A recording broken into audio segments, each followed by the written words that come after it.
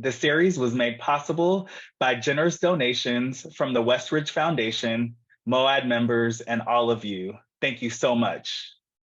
Today, I am joined all the way from Joburg, South Africa, by Ayana V. Jackson, who was originally born in East Orange, New Jersey, but now currently splits time between Brooklyn and also Johannesburg.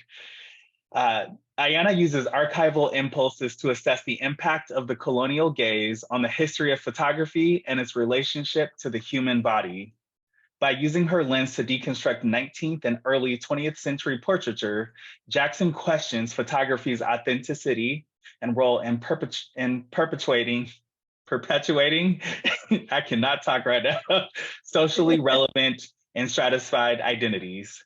Her practice maps the ethical considerations and relationships between the photographer, subject, and viewer, in turn exploring themes around race, gender, and reproduction. Her work examines myth of the Black Diaspora and restages colonial archival images as a means to liberate the Black body. Ayana, thank you so much for joining us. Really appreciate you. Thank you so much for having me. I'm so excited to be here. Thank you so much. And for folks who don't know, Ayana is in Johannesburg. It is currently 2:00 in the morning, so we're extra thankful for you. Of course. I said I'd be here, and I'm here. And I'm also very excited.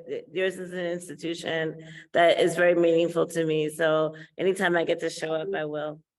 Oh, thank you so much. That means so much to us. So how's everything going for you right now? We can see behind you that it's the middle of the night. Yes, it's definitely the middle of the night. It is 2:05 a.m. But as I mentioned to you earlier, Dimitri, it's not the first time that I've given talks at this time of the night. And it's one of the things that, as one becomes a global citizen, one learns to adapt. And so no wahala, it's fine. It's all good. Yeah. I'm actually I'm sitting in my studio where I've just started hosting an artist in residence program, but I'm actually literally just coming back from a really beautiful dinner with a gorgeous culinary artist in the area. So we're late night people here. No worries. Okay. I love it. I'm here for it. One of the things, I have wanted to speak to you for a while for In the Artist Studio, but right now is also, kind of a really bright time for us because, first of all, MOAD is now currently installing our exhibition, Black Venus, which you are one of the featured artists and also one of our featured images for the entire exhibition, which is exciting. Folks can check that out on the museum's website. But you also have another project that is coming up right around the corner, right? I do. And as you guys are also, as MOAD is also an institution within the Smithsonian family, I feel like we're having sister brother, human to human, people to people shows. And yes, so I have From the Deep in the Wake of Drexciya. And it is curated by Karen Milburn, the senior curator at the Smithsonian Museum of African Art. And it is opening in late April 28th, April 29th. So yes, I'm still in South Africa at the moment because I have been collaborating with artists from all over the continent to make this project happen. So at the moment, the final tweaks are around the two areas that I've been stretching my practice the most. Video, which includes sound, and by that I mean these are both collaborations where I'm working with other artists, and animation, where I'm working with an incredible animator here. So we're putting the final tweaks on those bits and bobs. So I'm still in South Africa, but we're basically ready. The costumes are at the museum, the photos are up. Yeah. Oh my gosh, that's incredible. So Drexciya, I mean, that's going into Afrofuturism. So is that kind of a new direction for you? It is because as you read in the bio, and as of course you know, I've mostly until 2 or 3 years ago, or until I did this Smithsonian Artist Research Fellowship, which was the springboard for this exhibition.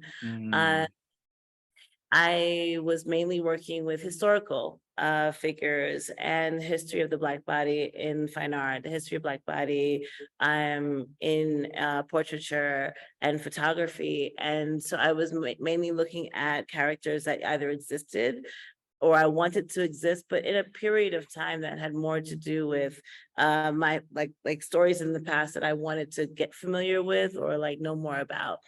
But this was the first time that I went into the area of what's considered speculative fiction, mm, speculation, and obviously I found myself in this area of Afrofuturism.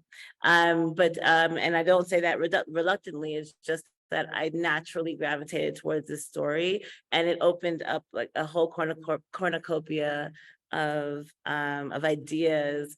And yeah, I'm so happy to be in this space.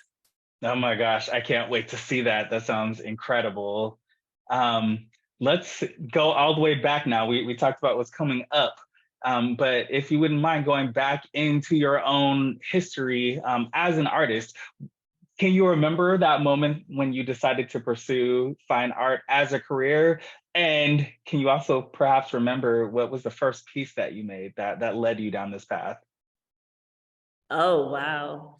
That's a hard one. What can I say? What was the first work that led me down this path? I think so years ago so my father liked photography. People who've read other things kind of know things that I got it naturally through my family. But in my adult life, having done decent and well as as a sociology student at Spelman. I graduated, but I didn't go in the direction of academia, but I still had this academic impulse, right? Mm, Um, and so that academic impulse led me to actually start finding other ways to communicate. I don't think that I'm a terrible writer, but it's definitely not my calling. So I ended up deciding to rather than try to go into academia and write these histories, write these stories, write these analysis, the kind of analysis that I was making through my undergraduate studies, I started to photograph mm, the aspects of my interest in African diaspora. And I would say though that the moment that I knew that I wasn't just taking pictures as a photojournalist, but that there was an aesthetic that was unique to how I saw the world, was when I was working for the Fader magazine as like a photojournalist, like, you know, in the underground, the Lower East Side music scene. And I used to take these photographs, and my editor was like, I was like, oh my gosh, I'm so sorry. Because back then it was film strips and, sure. you know, blog, it was medium format. And I was always trying to take the photo that was the most clear, the most direct, the most this, but sometimes I would miss the mark, but I would still like just see maybe it'll come out and it would be Mm, backlit. But then this weird light flares, and then they would just choose those images. And I'm like, but interesting. one, like it would be two next to each other, and one would be like perfect, like, you know, HD as they would say these days. And then the other one would have this other like thing. And that was the first time I felt validated with something that was like just kind of natural to me. Cause what would happen is I usually, back when I would photograph other people, I didn't want to move them around too much. So I would take the photo where they Mm, were, because I was like, I want this moment, even if it's overexposed. And then I would move them somewhere else, and they would never choose the proper one. They would choose the other ah, one. Oh, maybe I have something here, as long as you can see their face and then the other stuff. And anyway, it's it comes up in some of the works now that I've migrated to using my own body, but that was probably the first time I had some kind of confidence in just my natural ability and not me trying to like do what the magazine said or do what the mm. said, or you know what I mean? That So is that that's incredible. So you come from a photojournalism background. Is that um Well, I think that I didn't know better, when I was earlier in my career, to know that how many options there were, particularly with Hmm. photography. There were lots of artists around the family, different from music to other things, and we have and painters, mixed media, and then photography was just what, when my family would travel, they would come home and they would show us pictures of where they were and what's happening in the world. So it wasn't really something that was like, oh, you're an artist. It was like, oh, you're good with the camera, right? It's, Uh, oh, yeah, like, okay, you take the picture because your cousin, you know what I mean? Or and so it was like we became, my grandmother, my father, and then I guess later myself were probably the ones they would hand, like these days, they would hand the camera to for the group photo. Because when Aunt Doris or Uncle Lefty did it, like people's heads were cut off. It was just kind of like we just got, some of us were better at framing than others, but it wasn't considered the same as, my Aunt Gwen, who, actually had a studio and like collect and worked with oil and worked with watercolor and was deliberate and stuff like that. So it wasn't an art. So then I mhm. figured the only options were photojournalism or documentary. And it wasn't until I came here to South Africa, and I'm not saying that it didn't exist prior, but it was here that I became exposed to a scene that was super, like, because of David Goldblatt, Jürgen Schonenberger, Peter Magubani, Ernest Cole, all those like apartheid era struggle photographers, that I started seeing, even though they were in a documentary space, it was being exhibited in galleries as art. Mm. So like, while I was doing something slightly similar between journalism and I didn't understand it as art until I got to South Africa. That is incredible. Wow. Just kind of perusing through your website, I can kind of see, and I don't know if that's an accurate representation of your career trajectory, but if we start at the bottom of your website on the series, we're looking at work from the early 2000s where you're primarily photographing other people. And then I noticed in 2010 with the Leapfrog series, now I don't know if that was the first one, suddenly there's a shift and you are photographing yourself as, both photographer and subject of the work. Was that the shift? And then what was it that sparked that shift to turning to yourself? Oh yeah, so that would be the next inflection point. So the Okay. first was realizing that I had an aesthetic language, or Hmm. and then the second would be this, and that is the question: how did it happen, or what was that, or Yeah, how did it happen? What were the kind of factors? Because I mean, now you've been doing this for more than a decade of, using yourself as both as the subject, but then you're the photographer. You're not turning the camera over to someone else. right, right.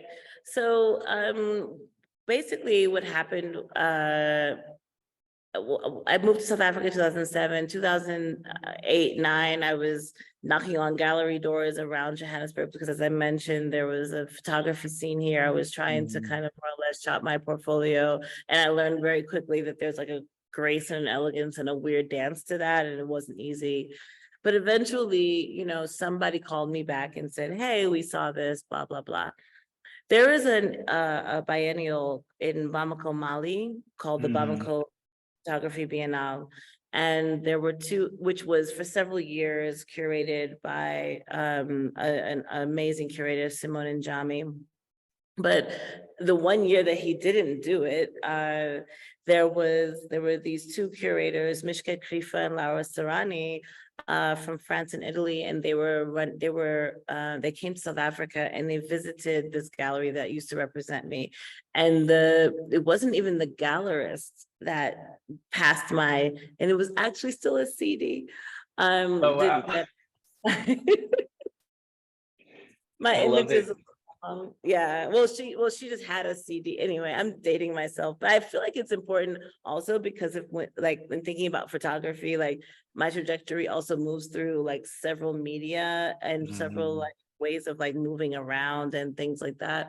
and access and barriers to entry, right? So there was a CD that I had slid to the admin assistant. Anyway, she kept seeing it, and then eventually she showed the work to Mishket and Laura, and they decided to curate me into that Biennale. Fast forward, I did show work that was still from the bottom of my website, you know, commuter vans in no man's lands, which is photographs I had taken in Kenya. Anyway, long story short, they got very excited about the work. I was relatively well celebrated. I remember it was my first time meeting and seeing Sinele Maholi. And then I met someone from Culture Fronts who said, hey, would you like to do a residency? And I went to Paris. And then when I got to Paris, it was my first time in a studio with 4 walls. Prior to that, my process was very normal to the documentary or the photojournalism. I went where the subject was. So now I'm in a place with 4 white walls, and I'm like, what do I do here? And I don't speak the language. And the whole, at the time I did it. And so the whole thing was like, I needed to talk to you and blah, blah, blah, and get your vibe and have a glass of wine with you. So I couldn't really do that well. Fast forward, I had to shift. And then I said, why not experiment? I'm here. And then that's how Leapfrog happened. I mean, I can, if you know about Leapfrog, I can tell you more about it. But what really happened was I was put into a situation in a studio with white walls that shifted my way. And then for the first time, I brought it to me. And then I also began to think about what I was doing in terms of the politics of representation. And so in the background, I'm also having conversations about what does it mean to be running around the world photographing Afro this or Afro that? Like, what am I really trying to say? What am I trying to justify for myself? So I decided to step into the frame and say, look, I'll have this conversation with myself for myself. And hopefully, yeah. And then I went to Lightworks in Syracuse with, someone saw it. Jeff Hoon, it's a great artist residency program in Syracuse called Lightworks. And Jeff Hoon was like, I showed him some stuff and then he said, what's this over here? You might want to look at that. And then I got the confidence to show it again. Oh my gosh, that is a beautiful story. I love that. Yeah, so it, you know, it produced this amazing, if you didn't have that experience, you couldn't, you know, I don't think you would have gotten to this place that you're at right now, which I mean, I'm totally obsessed with, and I think a large portion of the world is with your work. And so with that, I also want to pull up some of your images so we can start to talk about them. I pulled probably more than we have time to actually share because just work is just absolutely stunning. So just let me pull this up. Excuse me. I've got some mess on my desk right here. Let's see. Oh, wow, dictatorship. Ooh, Yeah. yeah, stories.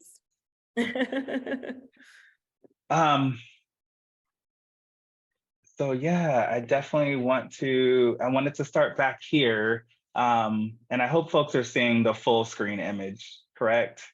It looks great to me. Yeah. Can never tell which side of the screen I'm showing. Thank you.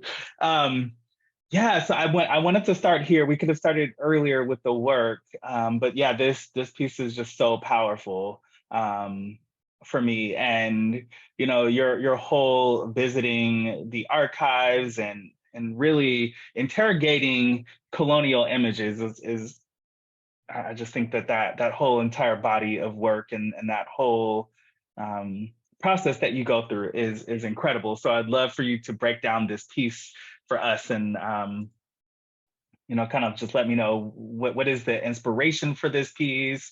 Was this based off of archives or was this based off of, you know, an imagination? So this is from this is on the border of a series called Poverty, Pornography, and Archival Impulse. Poverty Pornography was a series. So the short of it is that coming out of sociology area, I was interested in how, again, even before photography, how the Black body is represented. So I became concerned with and worried about and frustrated by like Africans. So as a Black American, by default, I'm related to how Africa is portrayed, even though I have to respect the cultural distinction. But like when you grow up with like National Geographic and, you know, all of these kinds of things, for those who don't know, it's like these publications that are like anthropological, somewhere between anthropological and journalistic. And, you know, like you're like watching how your body's being seen, and then at the same time you have all of these, you have like the famines and they're happening in East Africa at the time, talking about the 90s.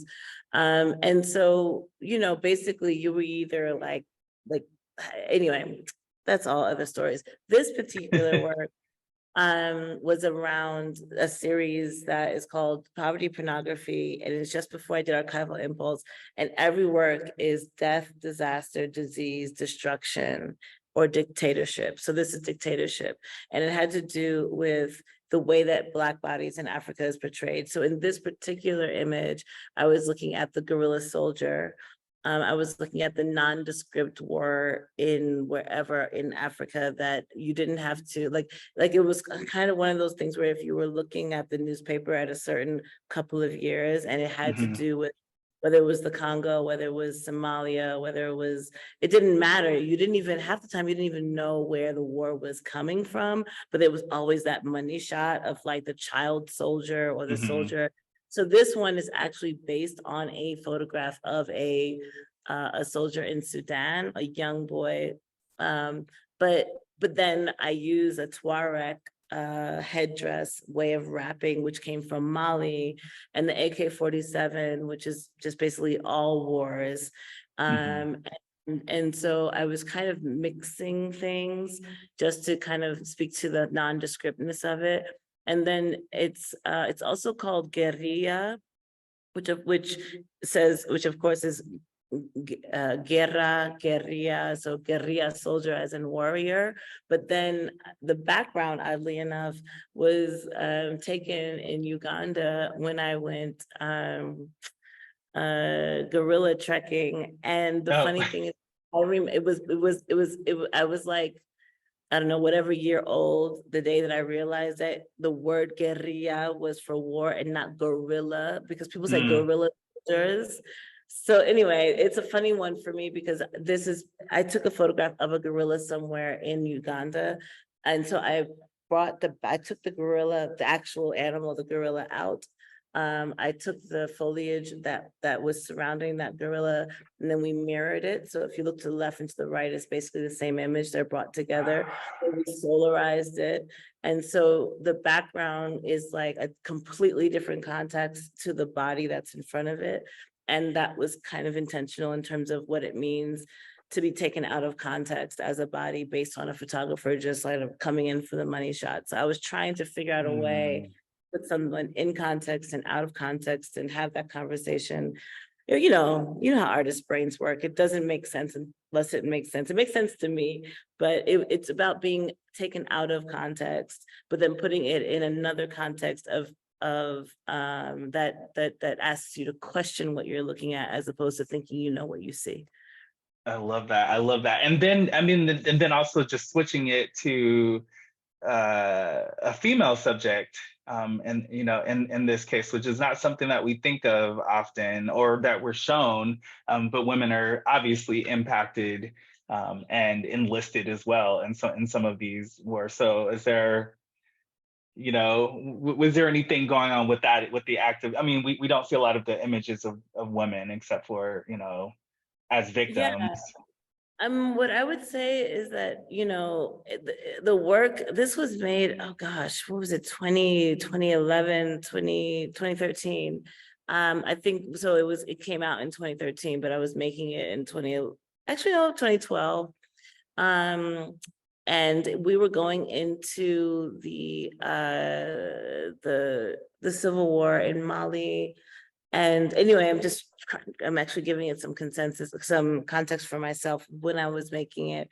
But so there were lots of things I was thinking about at the time, in addition to what I just explained. But then a few years later, this was shown. The long story short is that I was not thinking about women, but what I want to say is that, and that no, I did not see a lot of representations of women. I knew I was presenting the male, or what was referring to the physically male body. But the thing was that I was kind of going through a struggle around, like, do I perform a masculine body, or do I perform an idea and let that be fine, you know, and try to like go into, it's hard to explain, but I didn't think it was the right way to go, to kind of hide the breasts to get the story going, you know what I mean?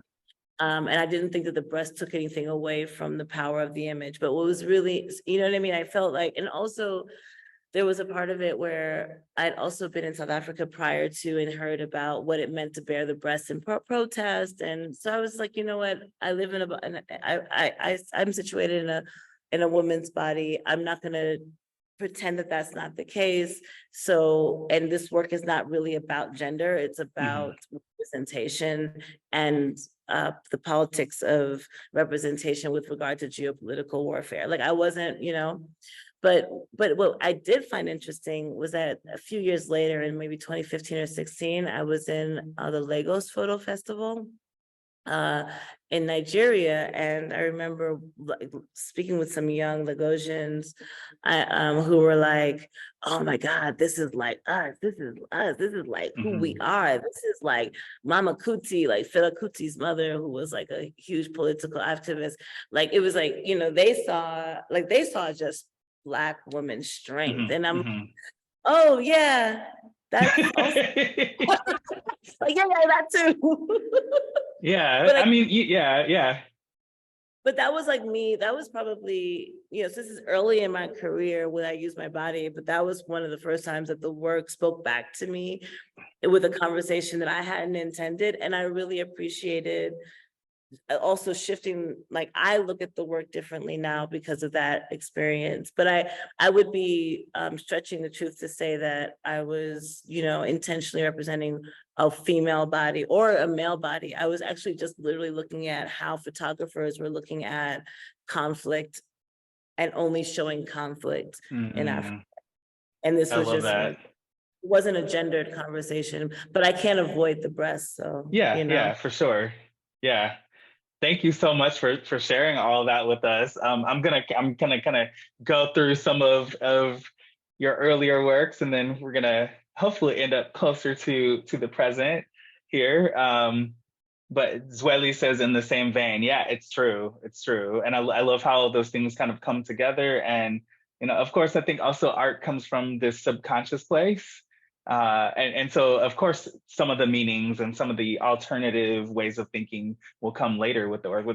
I think that's what makes the work so compelling and amazing, and why I for sure want to live with some of your work. Oh, it's so funny. I wish I'm gonna try to do this because you're showing a piece that's like in my kitchen right now. But Oh can you see? wow, no way. I don't know if I can get the light on it, but it's actually, because since this is in the artist studio, I'm just gonna see if I Yeah, why can. not? It's very dark, but it's right here. Oh, Oh, beautiful. I love yeah. it. Is that light? Yeah. Anyway.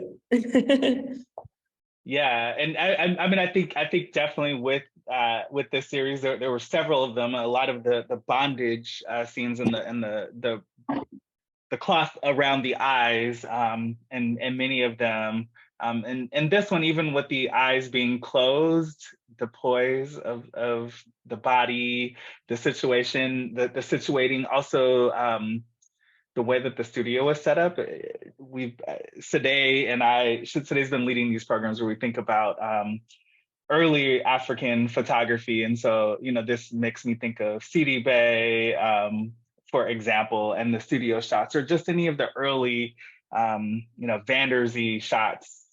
within studios. And I think maybe also the period dress makes me think of that, even though this is obviously from an earlier period than the advent of photography. That just really drew me to this image. Yeah, I mean, I was definitely so we've moved on to Kill or Allowed to Live, but this is now also in Paris, but a few years later. And so the other one was shot in Paris during that residency, but not the same time, but the same residency, the Cité Internationale des Arts. So I did leapfrog at this particular location, and then I did Dictatorship a few years later at the same location. And this is but now I'm still in Paris, but Wow. I am rather than being at the residency space, I'm at I've started to branch out because of lighting and what I wanted to organize. And so this is actually, as you know, it's a hard one, honestly, to kind of be transparent about my process. Like, I would love to say that I do have a beautiful studio, but I tend to be so site specific. So this happens to be in the courtyard of a friend of mine's place, and this is literally we bought some fabric and we hung it in the background because I was actually going after the Sidibe, the Seydou Keita, the Samuel Fosso, but also that early photography, like kind of, because it's like on the heels of archival impulse. Every project is on the heels of the next. And so I really wanted to look at those kind of photographs that were taken in like North Africa, where you could tell the photographer just like put up a sheet and just took the picture. And that's what we have. Oh my gosh, I love that. I love that. The shoot, so it's shot obviously outdoor. I don't know if it's obvious, but it's shot outdoors. And I was very intentional of trying to find that light. So as opposed to being near a window to get natural light, I chose to actually literally be outside. And can you tell me a little bit more about this series, To Kill or Allowed to Live? So the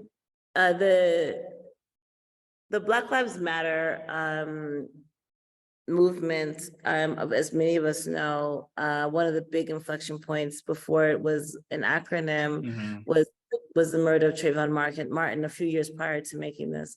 But then, if most of us remember that between 2013 or so and like 2014 or whatever, and now it was like one thing after another up to George Floyd. And I was living in France at the time, and I eventually like, and I appreciate that we have people here from Facebook, but I just had to get off because it was like really traumatic, and I'm very sensitive to certain kinds of imagery and things like that, and I couldn't handle it.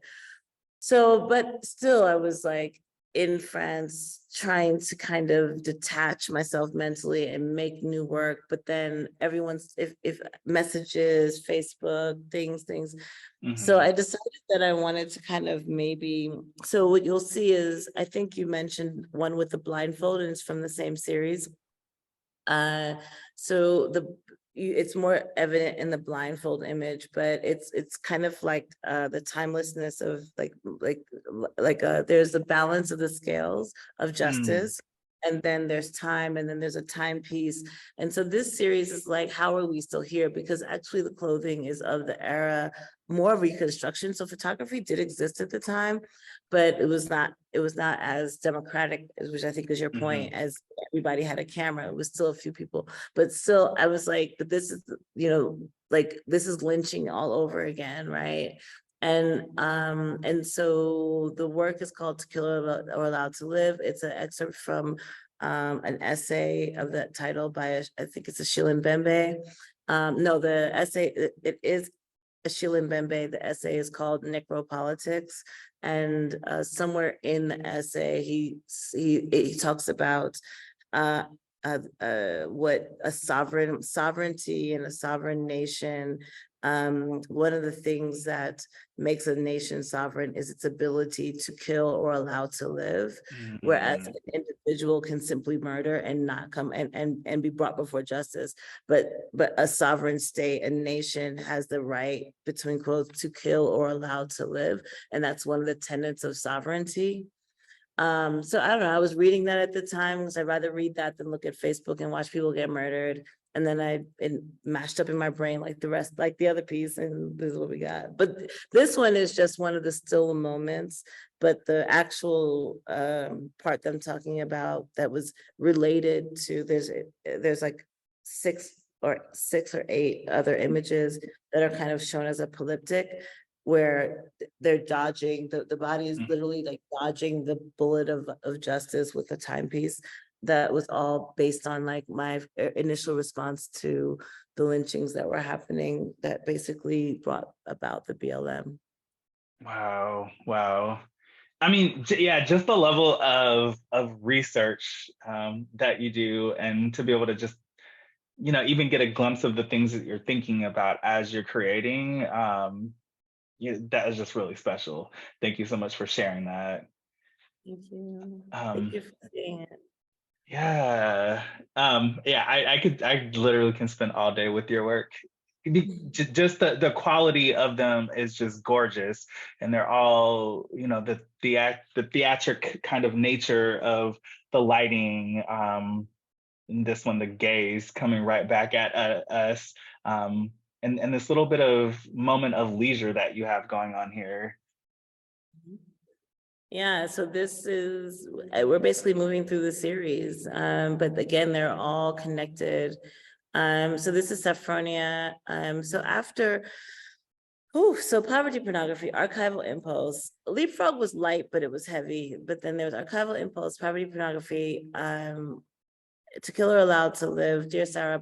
But then I basically got to a point where I was like traumatizing and re-traumatizing myself with the work.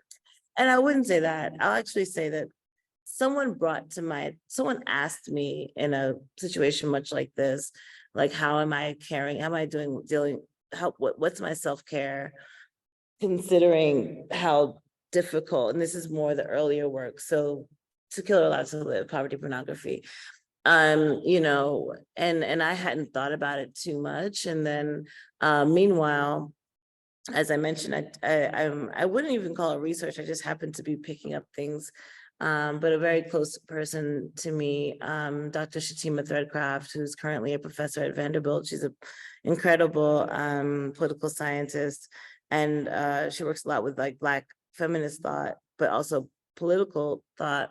She wrote a book called Intimate Justice, the black female body and the body politic, and it went through like some hectic stuff about the Black woman's body, and that's stuff that some of us already know. But at some point in the book, she started to talk about the role of the art. It's towards the end. She starts to talk about the role of artists and beginning to break and like create new models, and that there's, I mean, I don't want to like quote her incorrectly, but what I gathered was there's a hope in how the artistic community can help to shake and break certain paradigms. And somewhere in there, she said something about how while we are so used to seeing the Black woman's body labored and downtrodden, and now will by extension say not just the woman's body, but the Black body downtrodden. And obviously she's specifically dealing with the female body, but I abstract from that, like just the downtroddenness. But then there has to be, the problem is that when you look at a body as only that, you forget its other moments, right? So then I was like, right, what happened to leisure? Like somebody had to, like Master had to be out at church, and the folk was just like, I'm about to lay my whole ass down. You know what I mean? Like, I'm gonna change it, or whatever. Or then this idea that I can be a mother, I can be a sister, I can be a lover, I can be sexy, I can be feminine, like, and be a housekeeper and be fucking, excuse me. Woo, No, sorry. no, It's 2 feel o'clock in the free. morning. It Feel was free. fine earlier. Sorry. We're all adults here. You're good. Hopefully. No, but you know what I mean? But like, I can also, like, I'm not permanently a slave. I'm not, like, it's a position I'm in. I'm not Yes, yes. permanently a domestic worker. I'm also, you know, a slave queen if I feel like it, you know, and that we have to create the possibility to see other moments in a person's life, or at least that's what I started to gather. And taking up the mantle of what she was saying about what an artist can offer, I was like, yeah, well, why don't we like show, yes, okay, you can see she's wearing an apron, but you know, at the end of the day, and you can see that maybe there's, you know, there's so much to read in this that we can move on, but I really, this series was about showing the Black body that even still, that is clearly potentially a laboring body, can also be beautiful, can also be at rest, can also be at leisure, and can also give you, return the gaze, and ask you, who are you? Why you looking at me? Exactly. And that's what's so compelling to me about this image. Within that same series, I had to address this image because it's one of the ones included in Black Venus. And you know, for me, I didn't know who Anarcha was, so I had to look her up. And then I was like, you taught me so much. Just in that moment of finding out this woman who is really, you know, the basis of modern gynecology.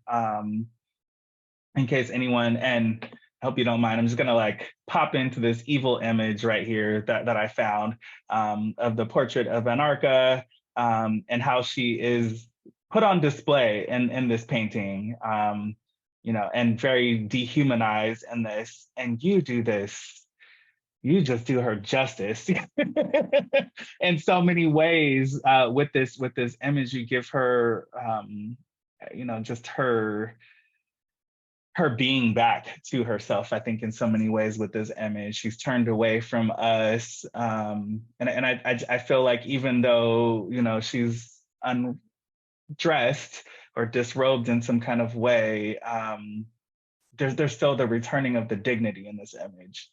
And I don't know if that was your whole intent with doing this, but that's what that's where my mind immediately went, with this image.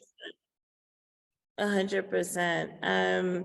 So when I was working on intimate justice, I was working on, again, intimate justice, right? And so I became aware of, am I clear? Because we did stutter a bit. Am I okay? Oh yeah, I'm sorry. That was probably on my end. I didn't hear you stutter at Okay, all. yeah. And so I was also learning about J. Marion Sims, the father of gynecology, and how once the good thing is that he figured out what we now know as the modern speculum that most women are familiar with in gynecology. But the way that they figured out how to deal with this fistula issue, which was that because so many women were essentially bred, or either way were giving birth very young, there were tears between the vagina and the anus, and there was a certain kind of dysentery that was happening, or like things that are difficult. So there was an issue in general, and obviously the chattel slavery of it all was like, there was an interest in figuring out how to get these women back to where they can either function in general, or continue to breed, or whatever. And then it wasn't just Black women, it was women in general who, if they, you know, had this issue. So they were never able to see inside the vagina well enough to figure out how to fix that tear that would create this fecal matter coming through the vaginal canal as opposed to where it was supposed to be coming out of. But it was tied to childbirth. So when they started to figure out, Marion Sims figure out how to open the canal long enough so they can figure out how to fix the tear. But with Anarcha, they, you know, there's like more than 30 surgeries, unanesthetized, and also Betsy. And so there are a couple of Black women that were enslaved that actually are on record for having been operated on unanesthetized.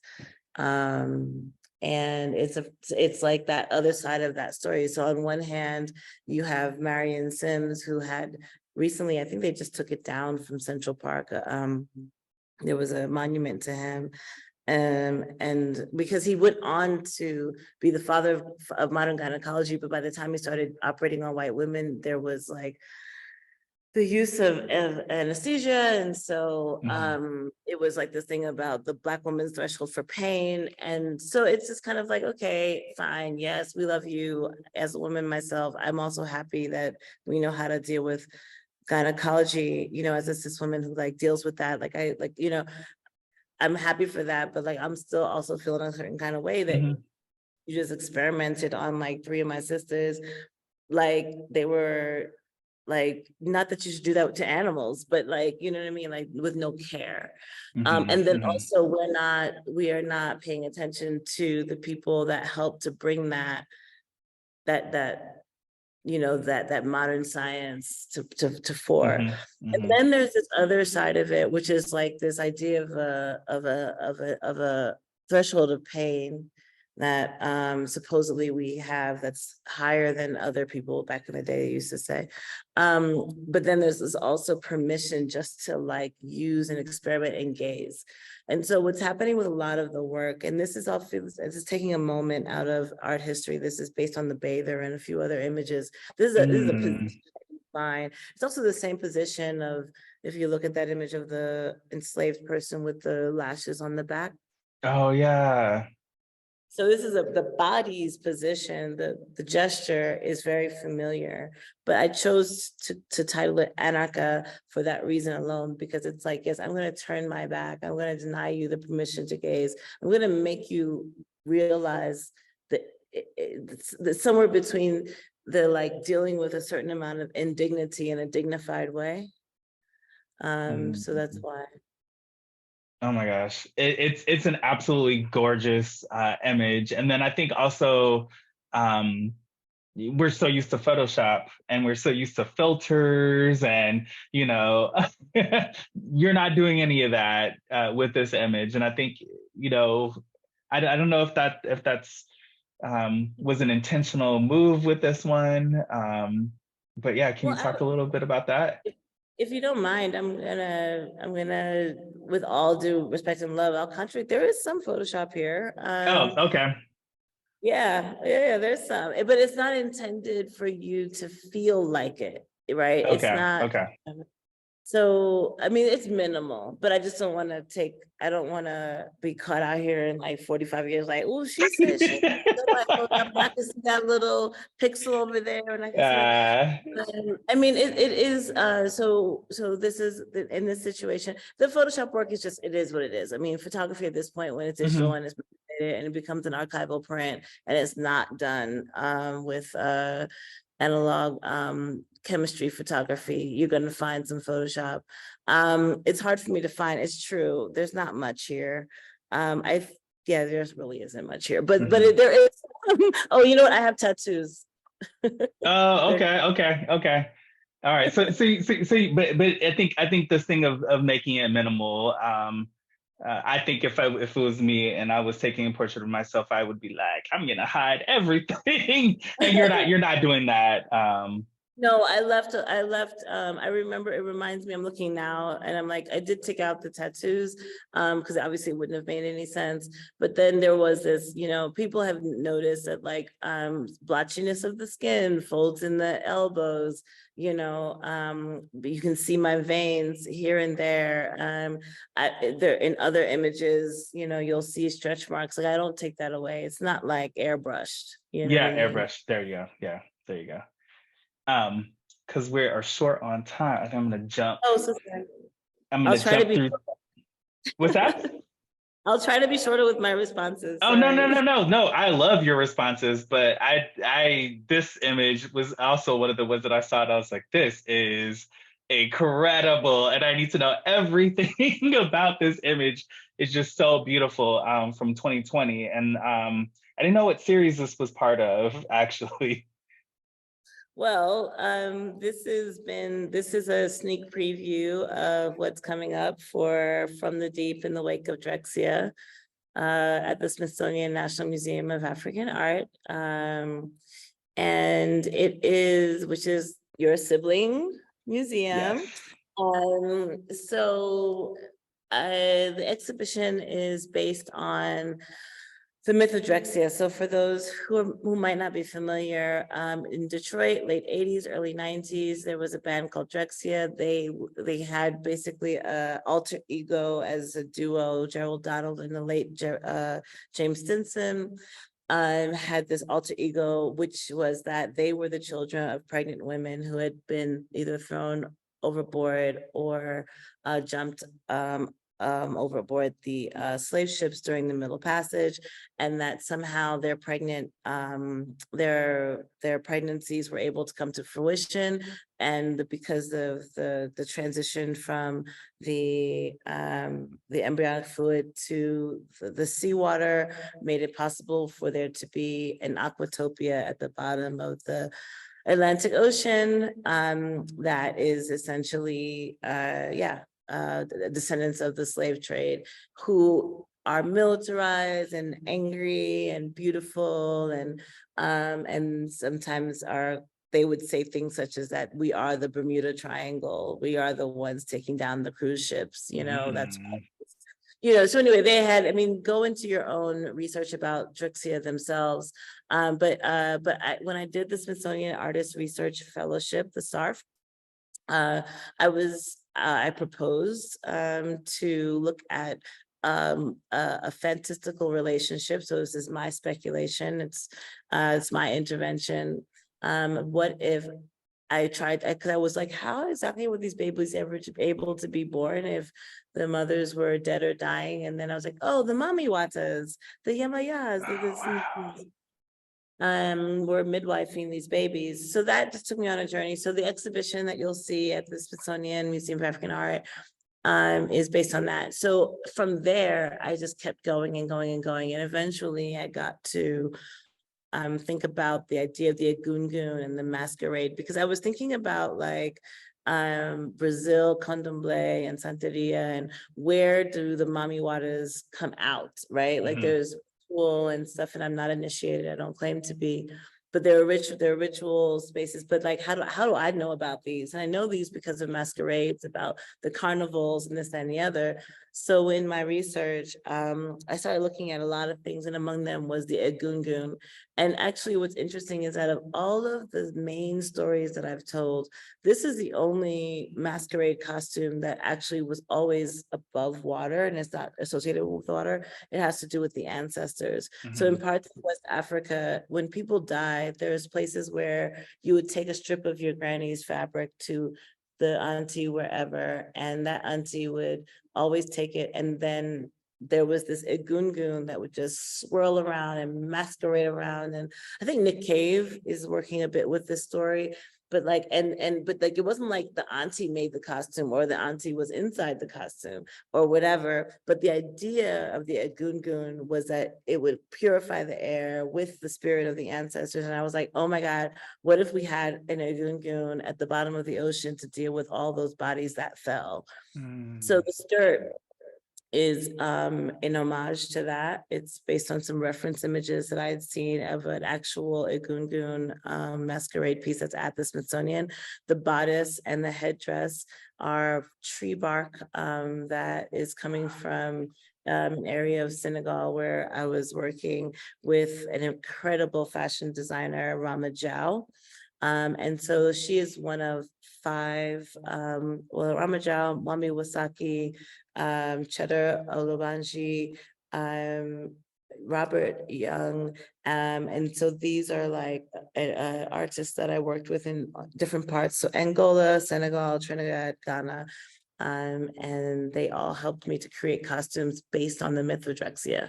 So this is one of them. And the reason it's not very well known is because it's one of the teaser images for what's to come. Oh my goodness. Yes. I was like, I need to see this entire, I need to see this entire series right here. And can you tell us again, when does this open? It's opening April 29th to the public. But what's really interesting is that, not only are you going to see the photographs, this actual costume is going to be on view. So this will be the first time to exhibit my costumes. So not all of them, but I'll be exhibiting at least 4 costumes. I've also have a 4-channel video with sound, which was where I actually did performances underwater. Also, there's animation. I collaborated with an incredible animator, Srilake Mbalo, who may or may not be on this chat. But yeah, I collaborated with an animator, so you'll see the photographs, you'll see sound, there'll be a scent experience. It's actually like one of the most kind of all-encompassing exhibitions I've ever done, curated by Karen Milborn.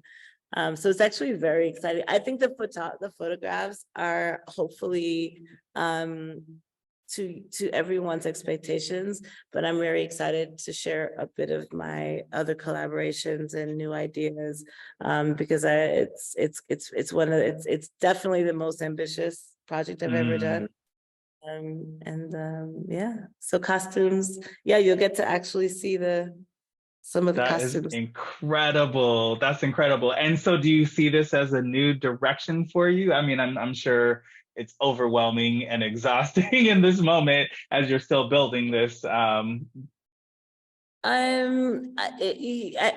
think that I was always inching towards where I am, I think that at the end of the day, as an artist, it's problem solving for me. And, as you can probably tell, it's quite personal. Like, I'm still negotiating what it means to inhabit a Black woman's body or cis woman's body in this century. Like, what does it mean to walk through the world in this body, and how is it different to be in France versus Germany versus Senegal versus South Africa, and all of the kind of just static in my brain that has nothing to do with like my essence. It has to do with how I step into the world, and how how media, how history, how politics, how all of those things are informing how I'm moving through the world without me even walking into like I walk into the room with a certain amount of discursive symbolism and language on my body, but that has a zero to do with like this essence that I am. Like, I could put this essence in another body and be reacted to very differently. And I guess to be in this body in this time, and with this history, I don't resent my body, because look, Black is beautiful. I would come back Black in a second. I would come back as a so it's not that, it's just more being aware because of how my positionality changes from one place to another. So like here, I don't like in South Africa, it's the first time, for instance, that I realized that like not everybody identifies as Black, because you can be in a place where everyone's Black, so it's not a thing. But if you're like living in, I don't know, Santa Barbara, a certain neighborhood of it, you know what I mean? Like, your Blackness stands out, right? And so then so that has always been something that I resented, that I can't just come as my essence into a space. So now I'm like, how can I unpack and try to ask people and contribute to history and contribute to the future by saying, look, we have to acknowledge the fact that some of these things we have to kind of like divorce ourselves from a certain kind of line of thinking of bodies and et cetera, so that we can actually come to each other as full, essences or beings and entities, and that. And I resent how the Black woman's body has been treated. So I've lost my train of thought, but basically that's like what the work is about for me, is trying to unpack that for myself.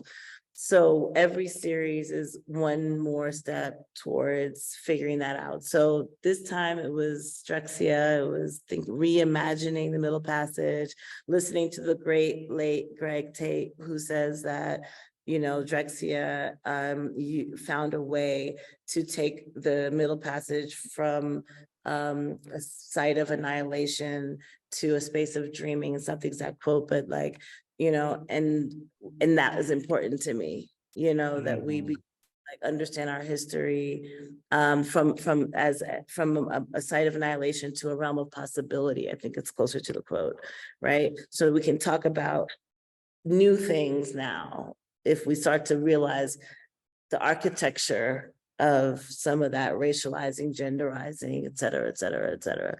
So yeah, I don't know. Yeah, it's a new direction, but like, does that mean that I'm gonna keep doing it or do something else? I don't know. We'll see. that was yeah, what you just said right now is extremely quotable. So thank you so much for that. It was incredible.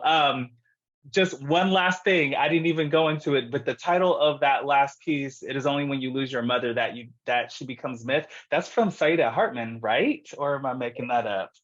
100%. That is obviously Lose Your Mother is like the primary title. And that's something that you'll find. I mean, I can't call myself an extensive reader, you know, because I have authors in my midst, but I tend to take poetic moments from people's writing with, you know, I always acknowledge. But yeah, it's from, so as I was reading the book, I found the rest of the title, and I was like, oh my God, this is great. And I won't take up too much more time to explain that because you know I can run. Oh yeah, But yeah. That book is it's one of my Bibles. I go to it all the time. So yeah. was reading it when I was in Senegal. So the first place that I went after the SARF, when I got encouraged to continue making that body of work, and this is before the Smithsonian asked to officially do the show. I happened to be, someone recommended the book to me, and I really, it just became very formative. So much like Intimate Justice, The Black Female Body and the Body Politic by Dr. Threadcraft, Sadia Hartman's Lose Your Mother became formative. Also later, but not, there's soundscapes where I have quotables from Alexis Pauline Gumbs with Undrowned. So you know, for those who recognize certain bits and bobs, you'll know who I'm reading if you read the titles in my show, in my series. That is incredible. Thank you so much, Ayana. I'm sorry. I said it's awesome that you caught that. I love that. I hope that Yeah, I was like, hold on, hold on. I recognize that. Thank you so much for this conversation, and we appreciate you for staying up with us into the wee hours of the, I don't know if this is night or the morning for you at this point. 3 or 4 a.m. It's somewhere between the two. Yeah, yeah. Thank you so much. It's been such a beautiful conversation. I can't wait for everyone to come see your work, both at MOAD, but then also at the Smithsonian African Art Museum. This is beautiful, and I hope we get to meet in person really soon. Well, we will, because aren't we opening Black Venus with you? Yes, yes, I think yes. we're opening with you like we're very shortly. When are Yep, we yep. open? April 4th. April 4th. April. So we will Yes. be, I will be there. Don't worry, with all the bells. Okay, Um, awesome. Woohoo! Can't wait. Manetta, and also Andrea, like, no, I wouldn't miss it for the world. So you'll definitely see me for the opening of Black Venus. It was, I obviously got to see it at Fotografiska. And Andrea is a superstar. Your museum is incredible. Manetta, your director is like, oh, a champion. Yes. I would say better. That is true. To you guys on April 4th. I can't wait to see you and everyone else.